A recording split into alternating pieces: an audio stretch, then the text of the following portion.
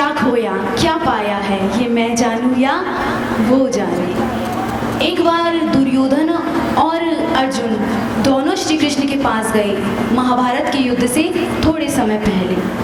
भगवान ने कहा कि दुर्योधन तुम मांगो, तुम्हें क्या चाहिए। तब तो आप सभी जानते हैं क्या मांगा। कहते भगवान में हम आपको कष्ट नहीं देंगे, आपकी ये जो सेना है ना वो हमें दे दीजिए। भगवान ने कहा ले जाइए।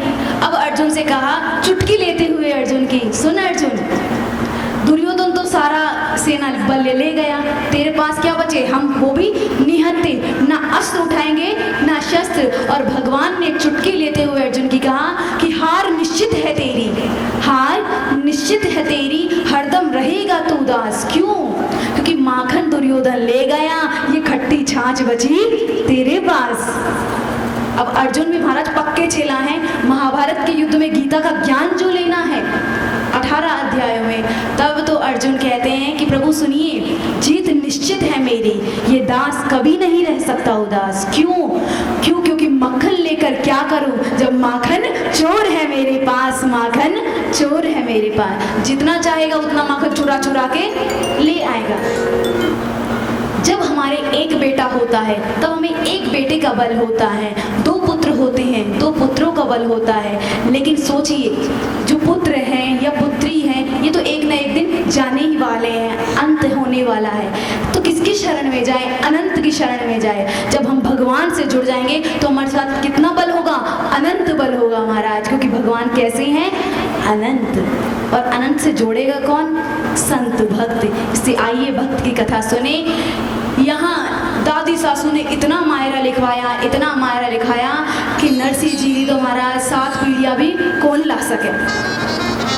अब तो जियाई, अब तो मायरों को लिखवाने रो विचार दियो। तब तो सासू कहवे कि दादी सासू थारे में इतना दिमाग है, मन तो आज पता चले।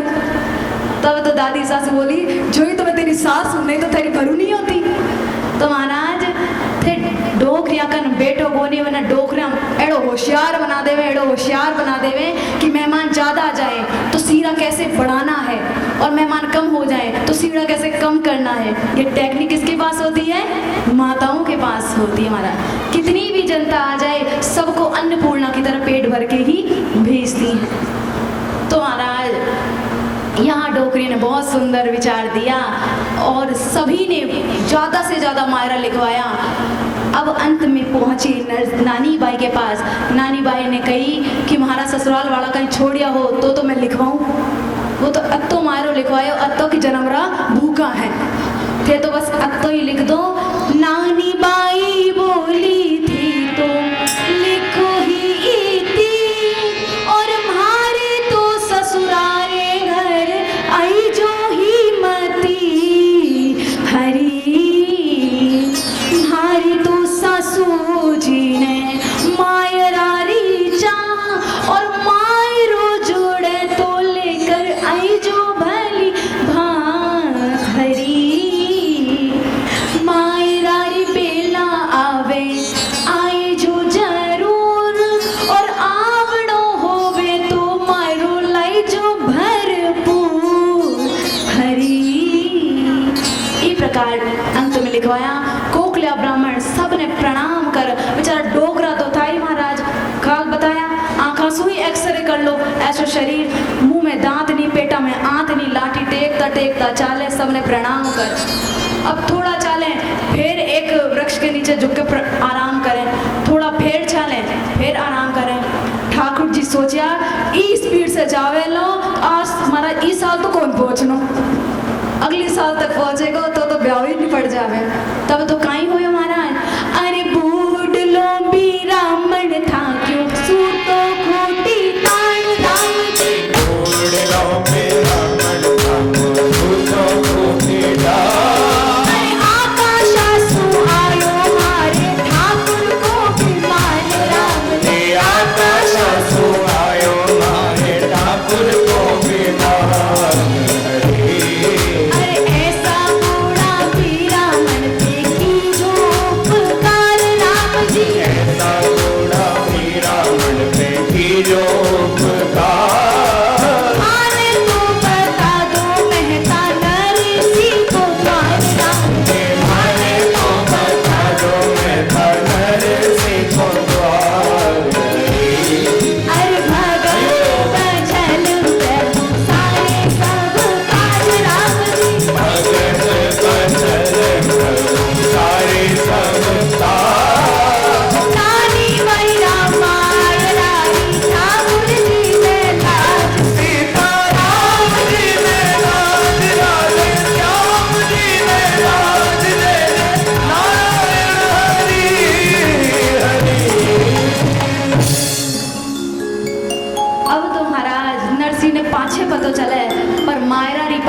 ठाकुर जी ने पहले ही भोगी।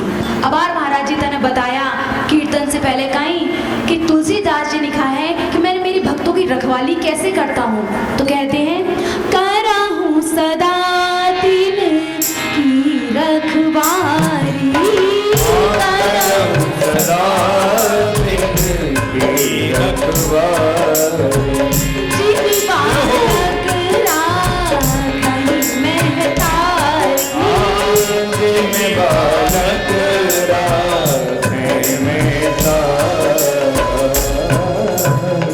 तो भगवान अपने भक्त की रक्षा कैसे करते हैं? जैसे माताएं अपने बच्चों की रक्षा करती हैं। जब बच्चा अज्ञानवशात अग्नि को छूने जाता है तो माता उसे दूर भगाती है, तब भी नहीं मानता तो एक चपत लगा देती है। क्यों? क्योंकि अग्नि की जलन से तो ये चपत ही अच्छी है। तो उसी प्रकार भगवान भी अपने भक्तों की परीक्षा तो लेते हैं पर रक्षा भी करते हैं। क्यों रक्षा करते हैं? तो एक छोटा सा दृष्टांत आता है कि एक राज्य का राजा का बेटा वो अपने पिता से लड़के राजकुमार दूसरे देश में चला गया। अब दूसरे देश में तो उसे कोई नहीं जानता था कि अमुक देश का राजकुमार है, योग्यता कुछ थी नहीं, तो उसे नौकरी के लिए एक कप बर्तन धोने की होटल में नौकरी मिल गई। यहाँ महाराज बर्तन धोता और अपना गुजारा चलाता। तो जिस देश का राजकुमार था उस देश के जो एक व्यापारी था सेठ, वो उसी होटल में खाना खाने आया। खाना खाने के बाद जो ही बर्तन उठाने की बारी आई तो वो राजकुमार आ गया। अब सेठ जी ने देखा राजकुमार आप बर्तन उठा रहे हैं।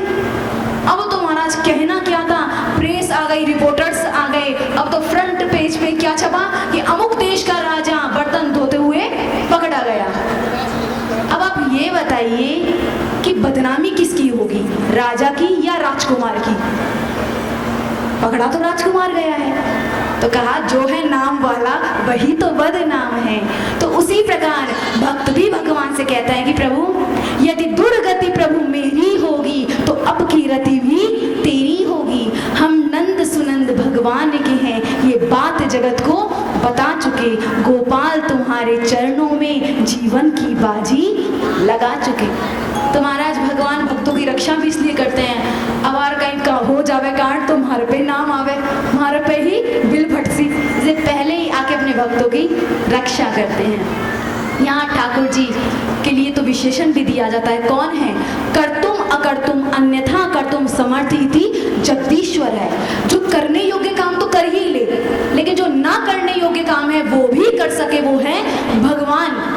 हम महाराज बच्चे पैदा तो कर सकते हैं पर मर्यादा को जीवित कर सकते हैं? नहीं कर सकते। लेकिन भगवान श्री कृष्ण जब विद्या अध्ययन करके पधारने लगे तो गुरुजी से पूछते हैं कि गुरुजी कोई गुरु दक्षिणा ले लो। तब गुरुजी ने कहा हमें तो कुछ नहीं चाहिए, हाँ गुरु माता से पूछ लो, वो यदि कुछ चाहती है। तब गुरु माता ने कहा यदि आपको कुछ देना ही है तो मुझे आज से 10 वर्ष पहले मेरा बालक सागर किनारे नहाने गया था पर वो सागर में डूब के मर गया। यदि कुछ देना है गुरु दीक्षा में तो मेरा वही मरा हुआ बालक दे दीजिए। भगवान गए और सुतल लोक से महाराज गुरुजी के बालक को पूरा का पूरा जीवता वैसा का वैसा ले आए। तो क्या ये आम इंसान की बात है? नहीं महाराज। तो भगवान कौन है? कर्तुम अकर्तुम अन्यथा कर्तुम इति जगदीश्वर। जो ना करने योग्य काम भी करे ले वह है जगदीश्वर। तो यहाँ ठाकुर जी ने अपना बहुत सुंदर विमान को भेजा और जो ब्राह्मण था उसको तत्काल ही महाराज अंजार नगरी से जूनागढ़ में पहुंचा दिया। अब सोया तो था महाराज ये अंजार नगरी में, जिया ही उठा देखता है, एक राहगीर से पूछा कि कठे आ गए हो मैं? तो बोले ये जूनागढ़ है। पहुंच भी गए हो? हमारे हड्डियां में तो कतरी ताकत आ गई। अब आज तो मैं चालना प्रारंभ किया था, तत्काल भूख गया। अब तो अभिमान में बगैर कहता है कि ये बताओ कि मेहता नरसिंह जी कहाँ रहते हैं? तो सभी ने कहा मेहता नरसिंह, दो ही तो पहचान है उसकी, क्या? और कहते हैं अरे आमा सामा दरवाजे पर तिलक मंडा राम जी, आमा सामा दरवाजे पर तिलक मंडा, सुर सामी बोल मेहता नरसिंह पांडा राम जी, सूरज सामी बोल मेहता नरसिंह पांडा। अरे आखड़ गया जोशी जी तनु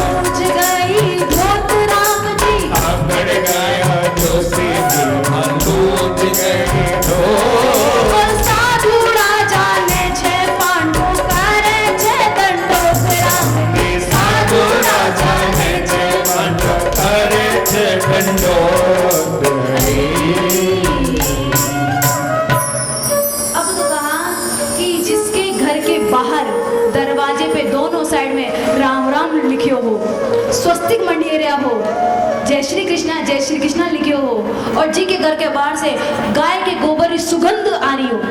अब आजकल की भाषा में कहे तो गाय के गोबर की दुर्गंध आ रही हो, अथवा जी के घर के बाहर से राधे कृष्ण का अखंड कीर्तन की ध्वनि सुनाई दे रही हो, समझ जाना वो है नरसिंह जी का घर। अब तो महाराज ये तो नरसिंह जी के घर की पहचान है, और आजकल के घरों की पहचान क्या है?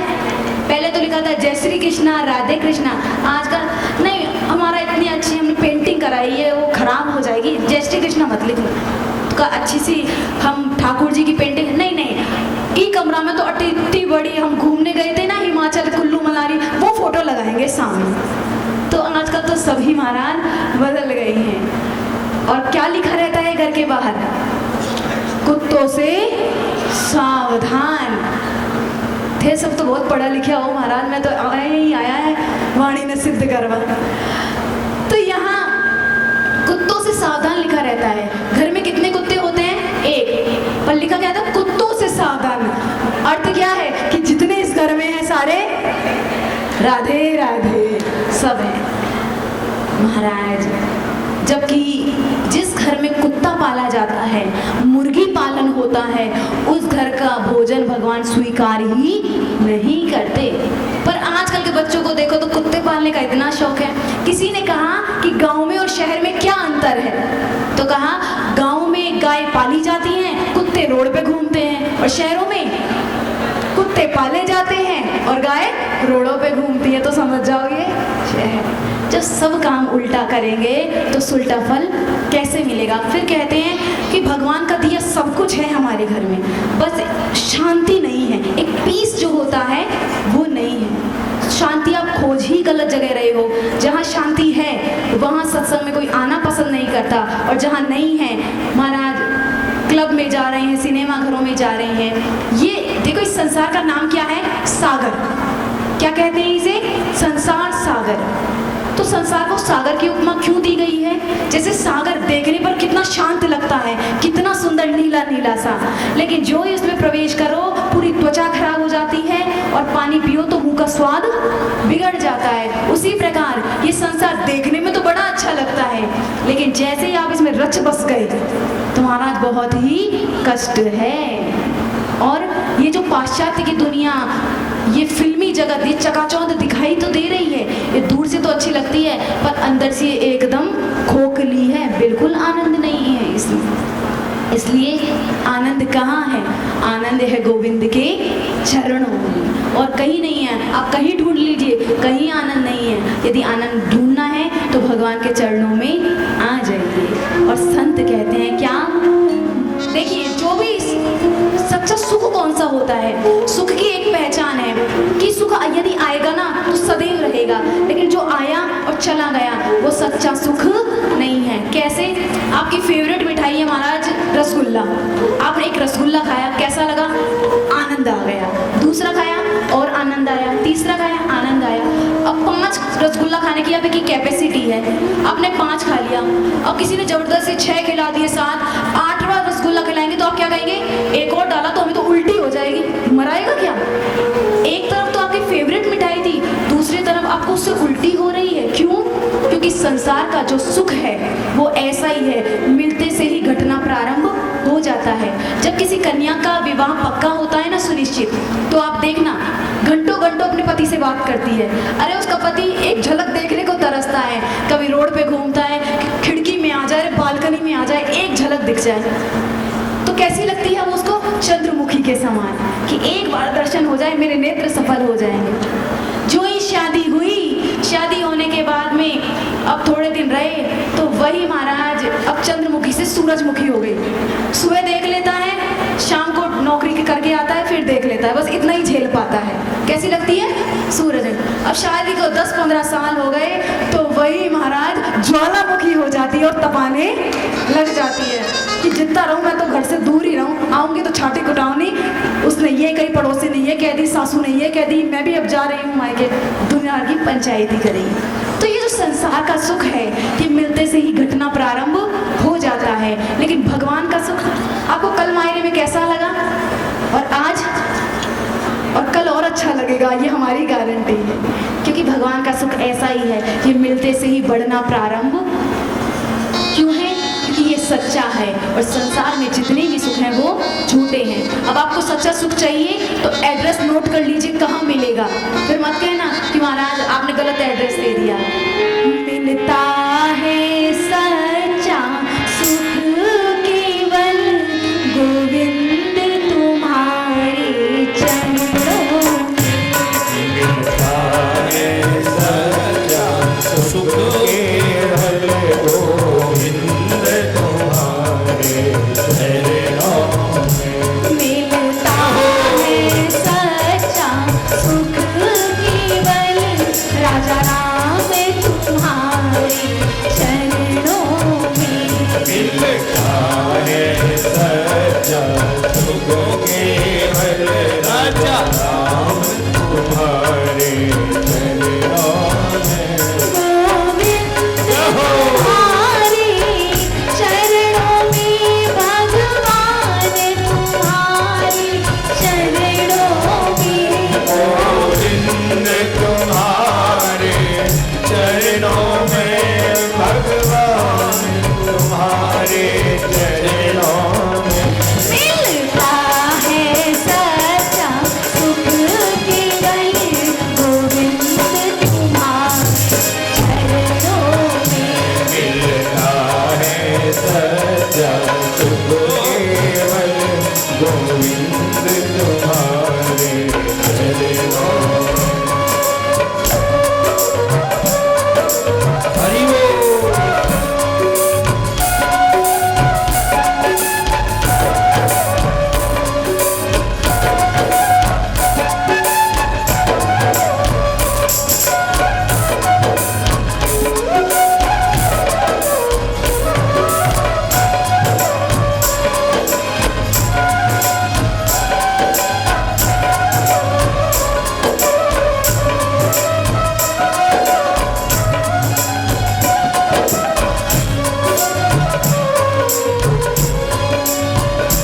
चाहे बैरी सब संसार बने, चाहे मौत गले का हार बने।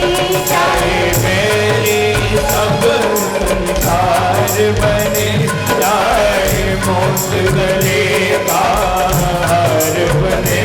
चाहे जीवन मुझ पर भार बने, रहे ध्यान तुम्हारे चरणों में। चाहे जीवन मुझ पर भार बने, रहे ध्यान तुम्हारे चरणों में। हरि बोल।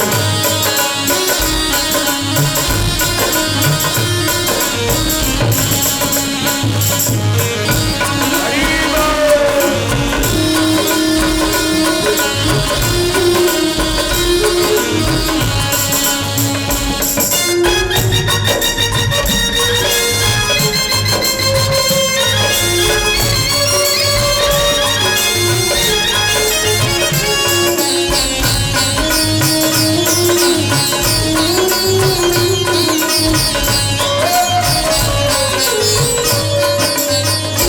जिह्वा पर तेरा नाम रहे, तेरी याद सुबह से शाम रहे।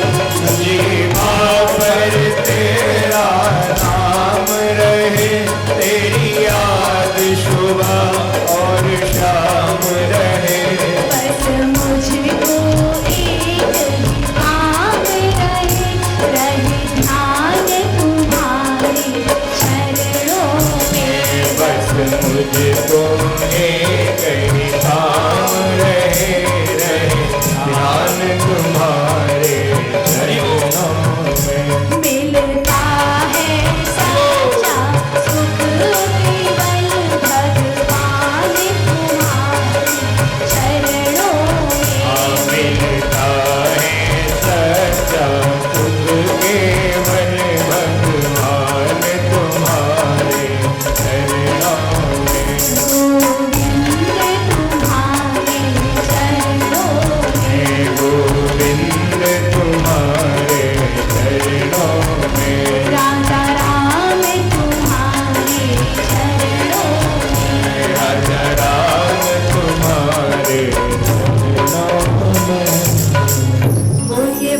वत्सल भगवान की जय। तो मिलता है सच्चा सुख केवल भगवान तुम्हारे चरणों में। तो सच्चा सुख चाहिए तो भगवान की शरण में आ जाएंगे। और क्यों महाराज? तो कहते हैं आराम की तलब है। सब चाहते हैं जीवन में पीस हो, शांति हो, टेंशन फ्री लाइफ हो। तो क्या करें? आराम की तलब है तो एक काम कर। क्या कर? आराम की तरफ है तो एक काम कर, आराम की शरण में और राम राम कर। आराम की शरण में और राम राम कर। बहुत सुंदर इस प्रकार बताया। अठे बूढ़ लो ब्राह्मण आयो, पर एक घटना हो गई। जिया ही प्रवेश करा नरसिंह जी के घर में तो आखड़ गया जोशी जी, अलूच गई धोत और साधुड़ा जाने छे पांड्यो कर छे दंडो हरी। अब धोतिया महाराज पैरा में उलझ गई और जिया ही उलझी तो एकदम सपाट गिर गया सीधा। जिया ही सीधा गिरा तो सारा साधुड़ा कहवे कि नरसिंह जी और भगत थारे कन आवे, थारे दर्शन करे, कोई प्रणाम करे, कोई जय श्री कृष्ण बोले, पर यो नवेड़ो भक्त आयो है, यो तो दंडोत देता हुआ आ रहे है गेट साइन।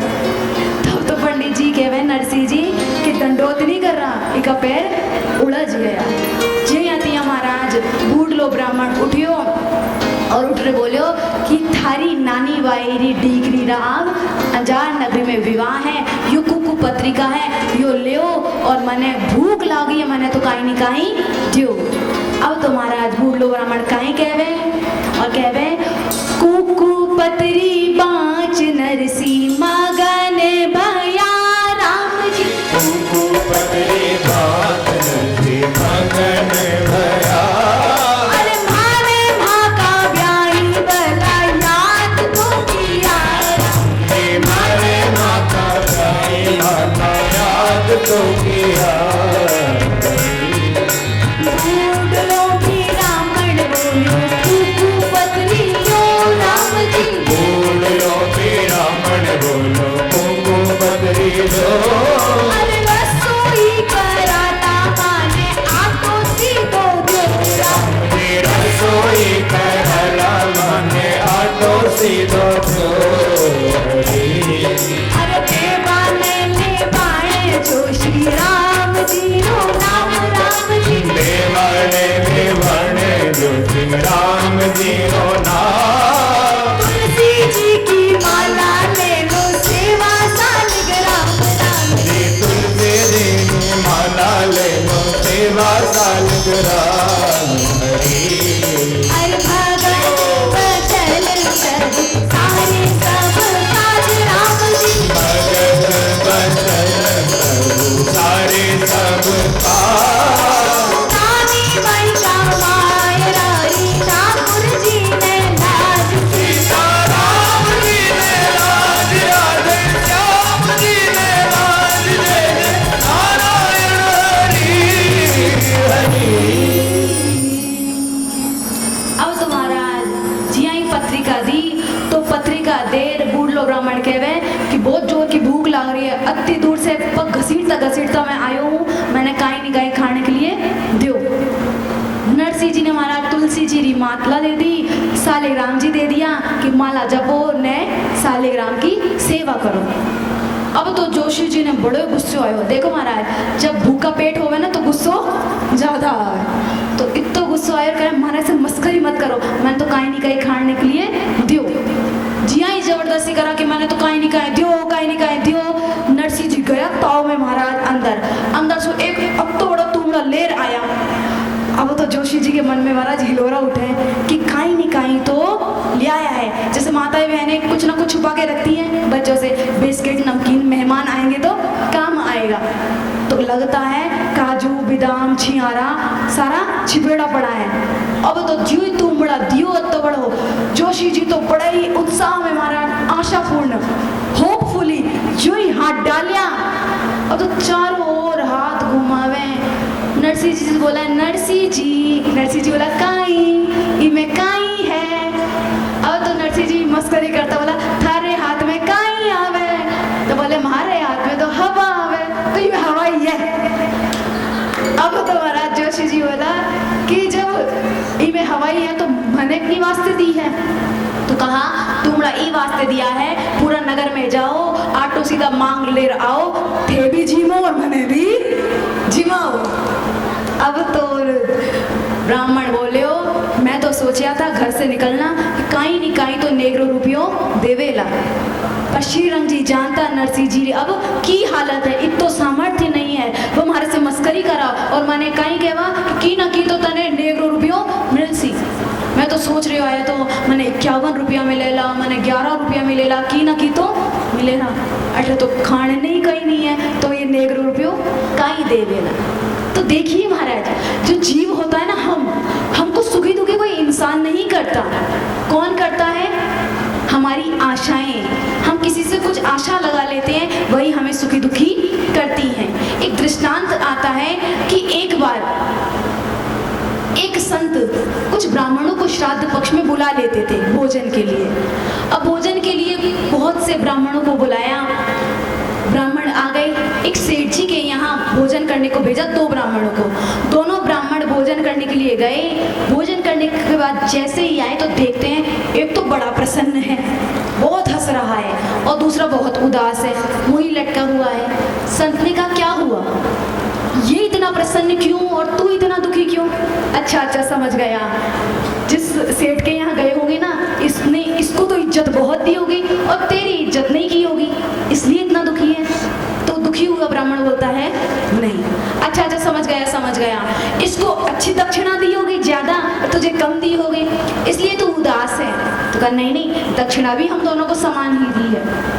अब तो समझ गया, इसको 56 प्रकार के भोग दिए होंगे, तुझे रूसा सूखा बासा खूसा दे दिया होगा।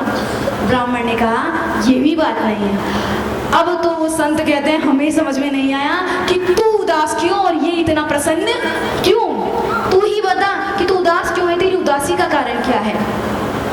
तब तो वो ब्राह्मण कहता है कि जब मैं सेठ के घर जा रहा था ना, तो मैंने सेठ की 5 मंजिला कोठी देखी। जो ही कोठी देखी तो मन में विचार आया, भोजन करने जा रहा हूँ, खाने के बाद 1100 रुपए तो देगा ही देगा, इतना पैसे वाला जो है, कितनी बड़ी कोठी है। और जैसे ही भोजन किया तो मिल गए 100 रुपए। अब हमें तो 1000 रुपए का घाटा हुआ, इसलिए मन उदास है। किस 1000 रुपए का महाराज घाटा हुआ है? जो उसके काल्पनिक जगत में थे, जो एग्जिस्ट ही नहीं करते, अस्तित्व में ही नहीं थे, उसका उसे बड़ा दुख हो रहा है। तो दूसरे से कहा कि तू प्रसन्न क्यों है? तो कहा कि मैं इस सेठ के यहाँ बहुत पहले से जाता हूँ, मैं जानता हूँ पैसे वाला तो है, पर है नंबर 1 का कंजूस। रोज जाता था हर श्राद्ध में 50 रुपए टिका देता था, पर इस बार मुझे 100 रुपए दिए हैं, मुझे तो 5 का 50 का फायदा हो गया, डबल इनकम हुई है, इसलिए मैं प्रसन्न हूँ। अब आप बताइए, उस ब्राह्मण को क्या सेठ जी ने दुखी किया? क्या संत ने दुखी किया? किसने किया? आशा ने, खुद की आशा ने। हम ये जो आशा कर लेते हैं ना कि ये व्यक्ति ऐसा तो करेगा ही, आशा ही दुख देती है, आशा ही परमम दुखम नैराश्य परम सुखम। यदि आशा करनी है तो उससे कीजिए जो आपकी आशाओं पे खरा उतरे। किससे? आशा एक राम जी से, दूजी आशा छोड़ दे, नाता एक राम जी से, दूजे नाते तोड़ दे। तो आशा करनी है तो किससे करे? राम जी से। क्योंकि महाराज कहते हैं दादू दुनिया बावली, अरे सूझ करे छे गेली, मारा राम जी रोटी देवेला दिन हो गया पहली। भगवान भूखा उठाता तो है पर भूखा सुलाता नहीं है, और 3 दिन तो आपको चकाचक माल खा के ही सुलाएगा महाराज, 3 दिन की तो टेंशन ही नहीं करनी। और कहते हैं कि राम जी री नगरी में काई घाटो, कर्मा में लिखेड़ो तो मिले लो आटो। बहुत सुंदर इस प्रकार बताया गया। यहाँ ब्राह्मण तो बहुत दुखी हुआ और अपना दंड कमंडल पकड़ के वापस चला गया। मन में बहुत क्रोध आया कि मुझे बताया नहीं कि ये इतने महाराज दीन हो गए हैं, इनके पास देने लेने के लिए कुछ नहीं है। अब तो क्रोध में भरा हुआ बूढ़ा ब्राह्मण तो लौट गया, लेकिन नरसिंह जी ने कुमकुम पत्रिका बाँची। लेकिन नरसिंह जी का जो बाँचने का तरीका था ना, बाँचने का मतलब पढ़ने का, नरसिंह जी का पढ़न तरीको थोड़ा अलग। तो नरसिंह जी ऊपर की पंक्ति पढ़ता, आखिरी की पंक्ति पढ़ता और बीच की तो पढ़ता ही नहीं। और अब कहते हैं अरे कुमकुम पत्री बाँच नरसिंह मगन भया राम जी, कुमकुम मगन भरा। अरे माने माँ का ब्याई वाला याद तो किया सबने। माने माँ का मन याद तो किया रे। घर में सुमोली महका नरसी की नारी राम जी। घर में सुमोली महका नरसी की नारी। कुकू पत्री झेलड़ मोटियो हो गयो तैयार राम जी। तुमको बदले हो गयो तैयार। अरे बोली रह जा चुपकी रह जा घर की तू नारी राम जी। बोली रह जा चुपती रह जा घर की तू नारी। खाने मारे माई ऋण पाई ना क्यों भारी राम जी। खाने मारे मारे खाने भारी। अरे भगत बचन सारे सब कान राम जी। भगत वचन तारे सब रानी बाई का माय रानी ठाकुर जी ने लाल। सीता राम जी ने नाम राधे श्याम जी ने नाम जय जय नारायण हरि हरि। अब देखिए कितनी सकारात्मक सोच है। कुकू पत्री बाज के महाराज ये नहीं कह रहे हैं देखो मायरे का मंगाने का टाइम आया तो मैंने याद कर लिया, नहीं। क्या सोच रहे हैं, कोई भी बात नहीं, कुकू पत्री ही भेजन याद किया पर महाराज माने ब्याई याद तो किया। ये है पॉजिटिव थिंकिंग महाराज। देखिए जिस रंग का चश्मा पहना होगा ना दुनिया वैसी ही दिखाई देगी। आप अच्छाई का चश्मा पहनोगे दुनिया अच्छी दिखाई देगी। आप बुराई का चश्मा पहनोगे दुनिया बुरी दिखाई देगी। हम अक्सर उदाहरण देते हैं कि हर किसी के घर में दो वस्तुएं होती हैं, एक होती है छलनी और एक होता है सूप। छलनी क्या काम करती है, अच्छे अच्छे आटे को तो बाहर निकाल देती है और जो गंदगी है वेस्टेज होता है वो अपने भीतर रख लेती है। और जो सूप होता है वो क्या करता है, हमारा छाजला, सूप ना समझो तो छाजला क्या करता है, गंदे गंदे को तो उड़ा देता है, अच्छा अच्छा गेहूं अपने भीतर रख लेता है। तो ये दो उदाहरण आपके सामने प्रस्तुत हैं कि आप अपने हृदय को सूप छाजले के जैसे विशाल बनाना चाहते हैं या छलनी के जैसा छिद्र वाला।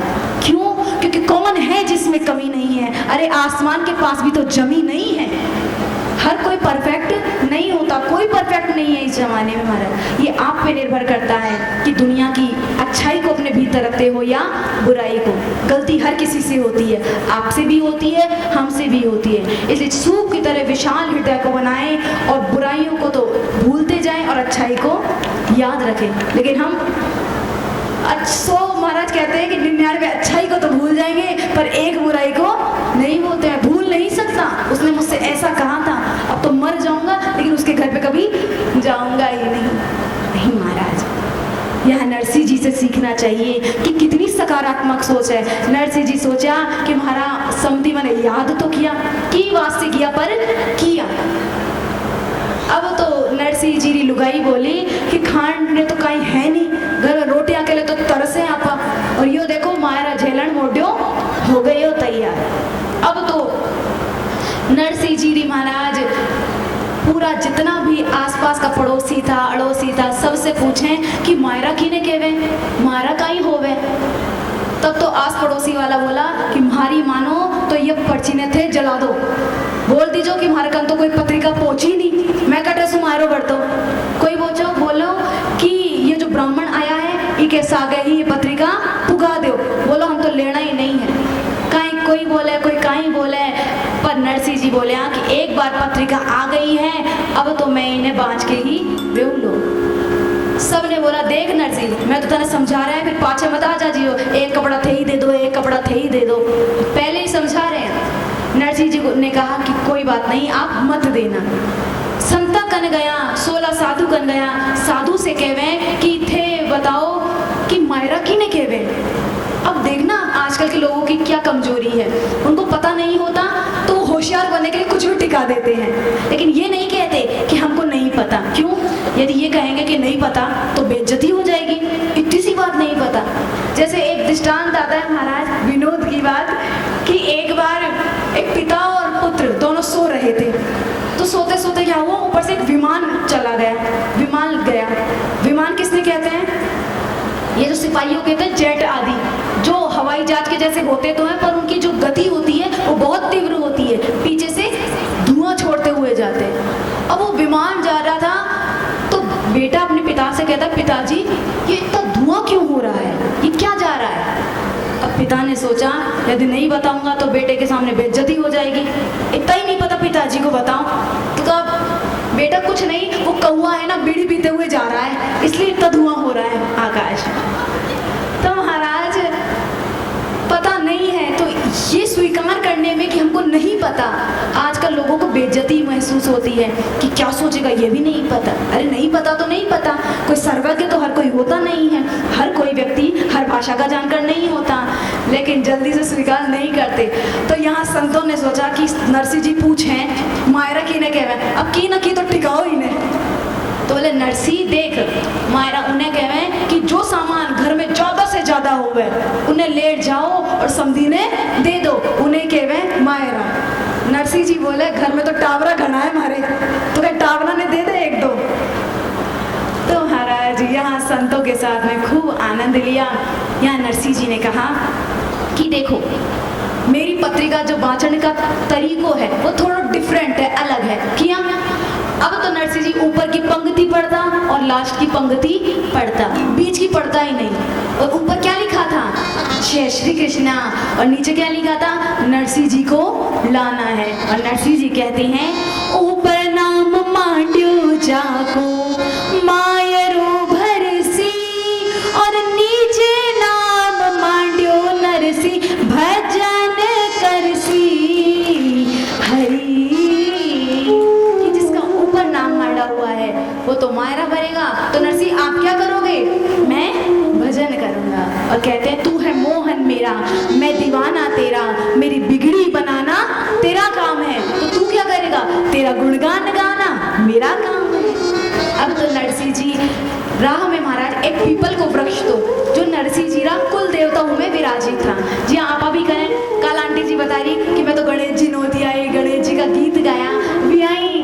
नरसिंह जी ने भी अपना कुल देवता कन गया और पत्रिका उगा दी कि कुल देवता थे जानो और मारो सावरिया जाने। और बहुत सुंदर एक गीत गावे, आइए हम सभी गाएं। और कहते हैं कि महाराज सगारा कागद आया छे जी सावन सा, सगारा कागद आया छे जी सावन सा, सगारा कागद आया छे जी सावन सा, सगारा कागद आया छे जी सावन सा।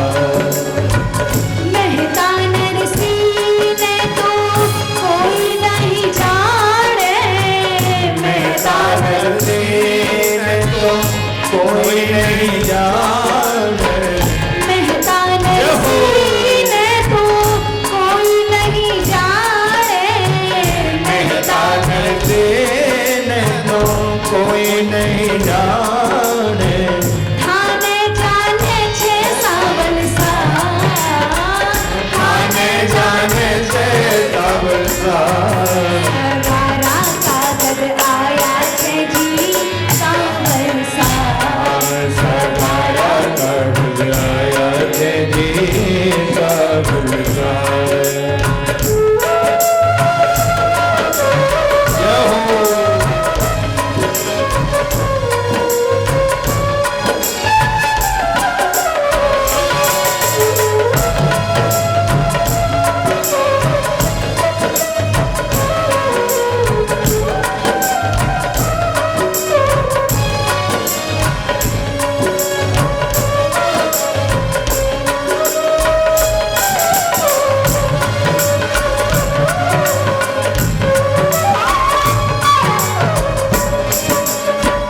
मेहता नरसिंह के तो गोयतड़ी जन्मी, मेहता नरसिंह ने तो दो इतने जन्मे, मेहता नरसिंह के तो गोयतड़ी जन्मी, मेहता नरसिंह तो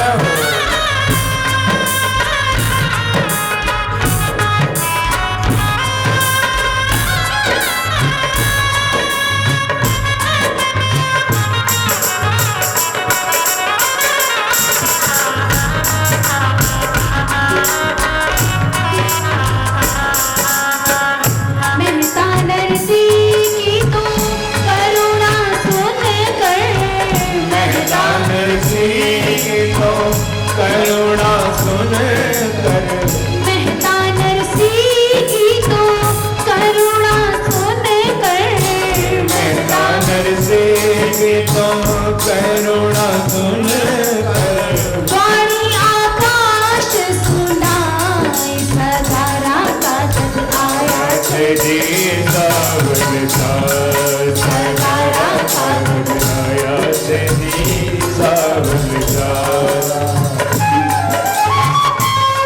जय हो।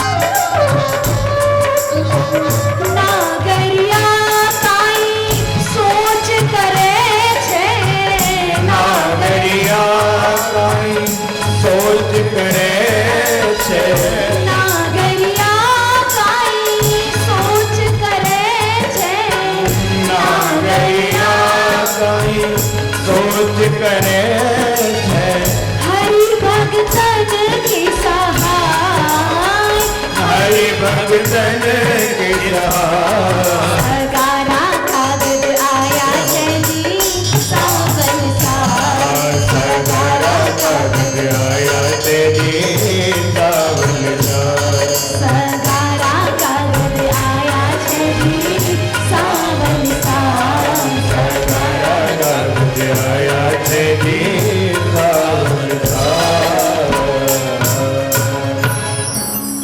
बहुत सुंदर नरसिंह जी ने उपीपल के वृक्ष में नारायण सु महाराज पुकार की कि कागज आया है, मन तो कोई कौन जाने कि कौन है नरसिंह मेहता, पठाने तो सब जाने ते सेठा को सेठ जो। आकाशवाणी हुई कि हे नागरकुल में उत्पन्न होने वाले नरसिंह कहीं सोच कर रहे छे, हरि भगतन रे सहाय।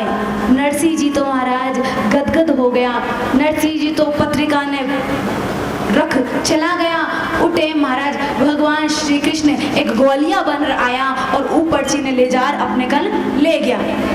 नरसिंह जी ने महाराज पत्रिका वापस भी नहीं ले गई, क्यों? क्योंकि सोचा कि मैंने भरनो ही नहीं है, जी ने भरनो है वही पत्रिका रखे, मैं कहीं लेवाने रखूं। तो महाराज कहने का मतलब ये है कि जिसने इतना सुंदर स्वस्थ शरीर दिया है, देखिए भगवान की कृपा की अनुभूति कब होगी?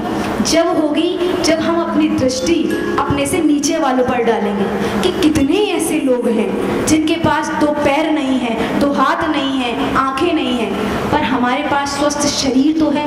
कितने ऐसे हैं स्वस्थ शरीर है लेकिन उनके पास में गाड़ी घोड़ा नहीं है। हम तो महाराज सेठ साहूकार बने बैठे हुए हैं, लेकिन फिर भी हाय हाय फिर भी रोते रहते हैं। भगवान को कैसा लगेगा? तो कब भगवान की कृपा की अनुभूति होगी? जब दृष्टि अपने से नीचे वालों पे जाएगी कि हम अरबों खरबों लोगों से ऊपर हैं, लेकिन यदि अंबानी को देखेंगे तो दुखी ही रहेंगे। हमारे अंबानी की तो इतनी फैक्ट्रियां चल रही है, जियो की कंपनी खड़ी है, हमारे पास कुछ ही नहीं है। तो भगवान जी पर पग पग पे कृपा कर रहे हैं, लेकिन कृपा की अनुभूति कब होगी? जब महाराज दृष्टि अपने से नीचे वालों पे जाएगी। भगवान कभी आकर नहीं कहेंगे देख मैंने तुझ पे कृपा करी है, मेरे साथ सेल्फी ले ले, कहेंगे क्या? नहीं, ये जीव को अनुभव करना है कि आज भगवान नहीं होते तो इतनी बड़ी विपत्ति से मुझे नहीं बचाता। आप तो महाराज नित्य प्रति सब पढ़े लिखे हैं, न्यूज देख रहे हैं, अफगानिस्तान में क्या हो रहा है हिंदुओं के साथ, बांग्लादेश में क्या हो रहा है, यूक्रेन में कितने हमले हो रहे हैं, लेकिन हम कितने आराम से मौज से फागुन के इस महीने में महाराज बैठे हुए हैं, नानी बाई का मायरा सुन रहे हैं, ना कोई टेंशन है ना कोई चिंता है। उठेंगे तो चकाचक माल खाने को और मिलेगा। तो क्या हमसे ज़्यादा भाग्यशाली कोई हो सकता है? तो है या नहीं है भगवान की कृपा हम पर? तो जिसने इतनी बड़ी कृपा करी है उस पर भी कृपा कर दे, थोड़ा उसका भी गुणानुवाद गा लिया करें। तो बहुत सुंदर नरसिंह जी ने इस प्रकार कागज दिया, ठाकुर जी आया और ठाकुर जी वो कागज ने ले चला गया। पर नरसिंह जी सोचा कि ठाकुर जी तो करेंगे ही, पर जीव को अकर्मण्य होकर बैठना नहीं चाहिए, पुरुषार्थ पूरा करना चाहिए महाराज। लेकिन जब काम ना बने, आपके सोचे अनुसार अनुसार काम ना हो तो समझ जाना गोविंद यही चाहते थे। अब नरसिंह जी तो मायरा एकत्रित करने लग गया। अब देखो, जो व्यक्ति जैसा होता है वो सामने वाले को भी वैसा ही सोचता है। अतः नरसिंह जी भी अब मायरा की सूझ करें। सारा महाराज नगर वालों से बोले कि थे चालो, थे कौन चालो, तो कापड़ा दो, कापड़ा कौन दो तो गाड़ी दो, गाड़ी ना दो तो पहिया दो, पर की न की तो दो। और कहते हैं नानी बाईरा मायरा रो भाया जस लो राम जी। नानी बाईरा मायरा रो भाया जस लो।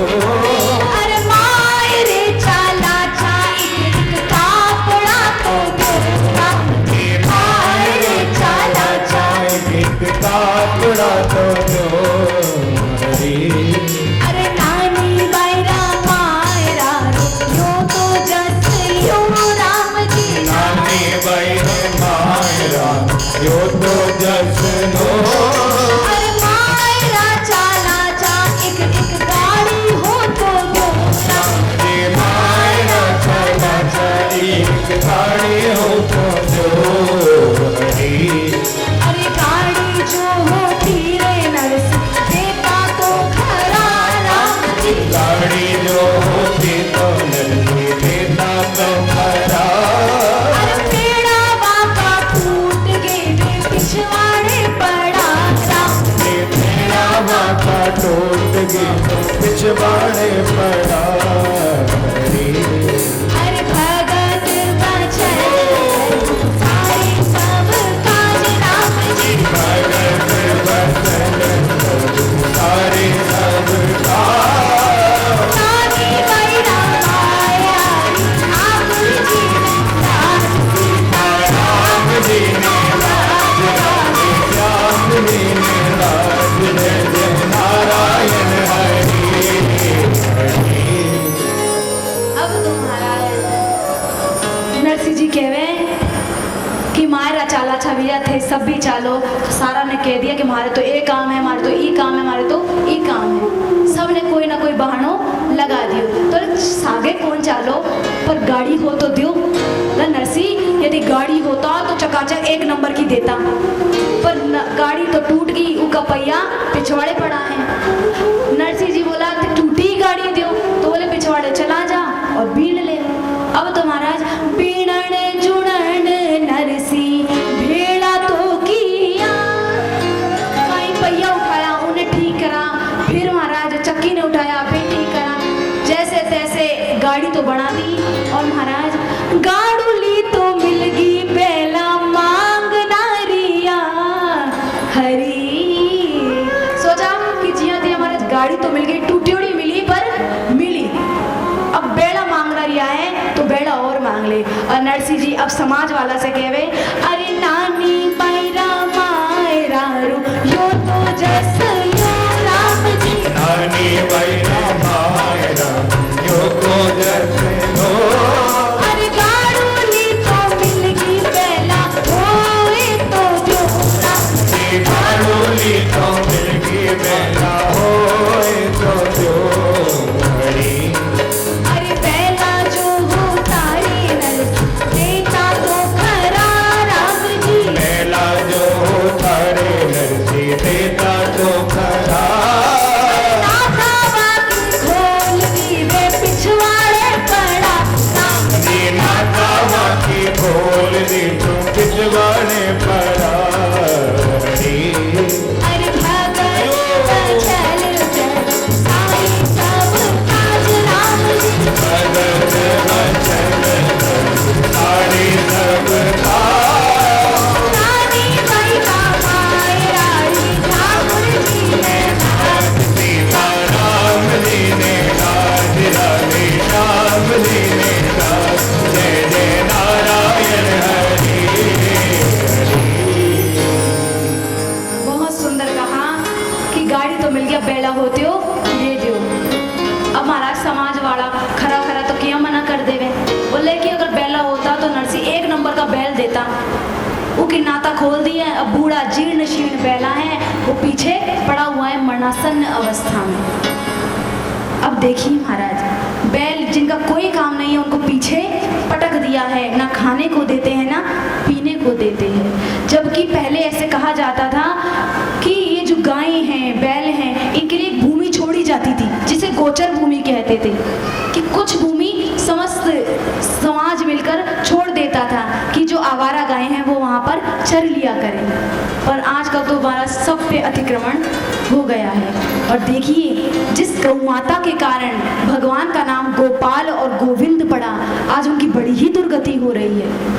वो तो बेजुबान है, उनकी रक्षा करने का दायित्व किसका है? हमारा है महाराज। हम ही रक्षा नहीं करेंगे तो कौन करेगा?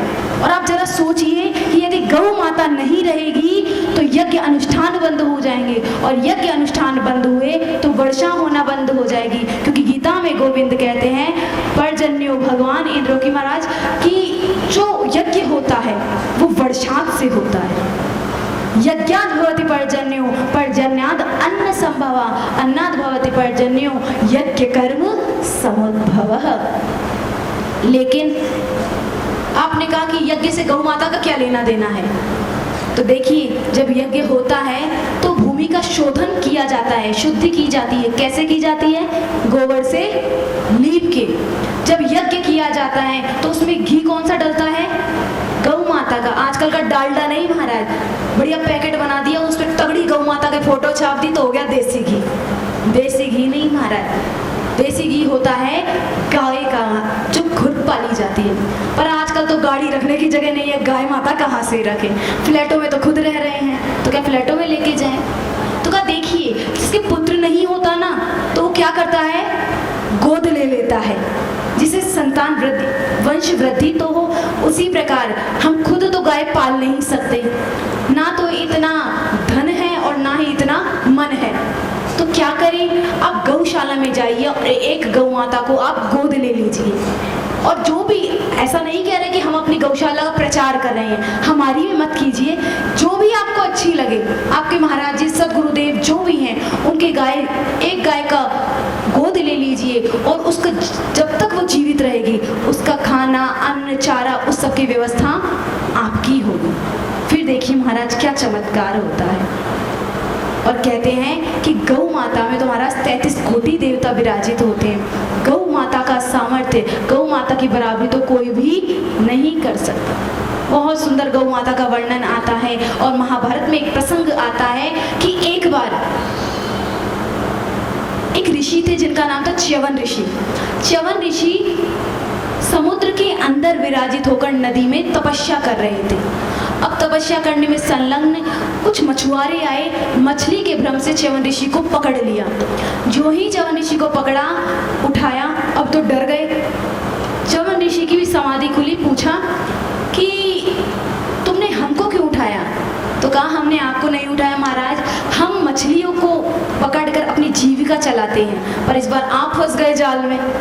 तो संत ने कहा, मछलियों का क्या करते हो? तो कहा, उसे बाजार में बेच देते हैं, उससे पैसा आता है, उससे हम भोजन करते हैं। तो च्यवन ऋषि कहते हैं, चूंकि आज मछलियों की जगह हम पकड़ में आए हैं तो हमें भी समाज में बेच दो। अब तो बाजार में च्यवन ऋषि को लेकर गए और बाजार में बैठा दिया। अब संतों को कौन खरीदे? यहाँ तो सत्संगी कोई नहीं खरीदता, तो संतों को कौन खरीदे? अब तो पूरा बाजार सुबह से शाम हो गई, खाली हो गया, लेकिन च्यवन ऋषि को कोई भी खरीद कर नहीं लेकर गया। तो उस राज्य के जो राजा थे, उनका नियम था कि जो सामग्री नहीं बिकेगी उसको राजा खरीद लेगा।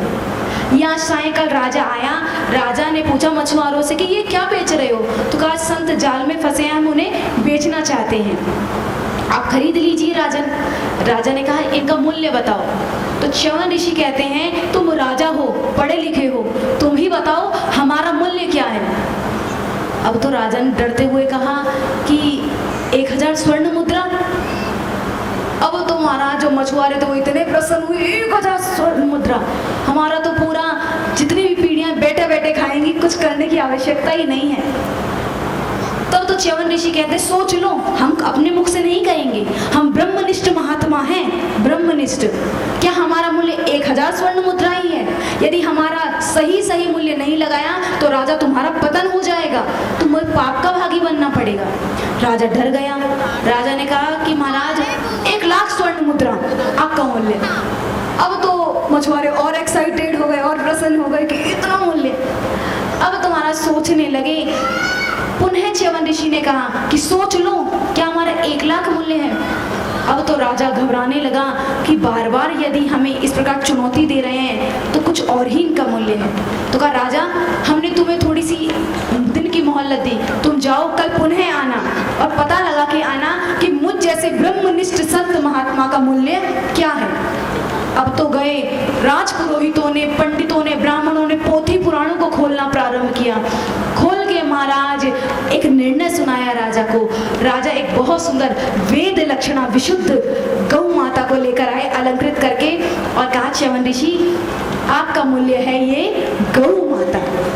अब तो च्यवन ऋषि बड़े ही प्रसन्न हुए, हाँ कि एक ब्रह्मनिष्ठ महात्मा की यदि तुलना की जा सकती है तो एक गौ माता से ही की जा सकती है। तो गौ माता उन मछुआरों को दी और मछुआरे मूल्य जानते नहीं थे, मुंह सिकोड़ के चले गए। च्यवन ऋषि भी गए और राजा बड़े ही प्रसन्न हुए।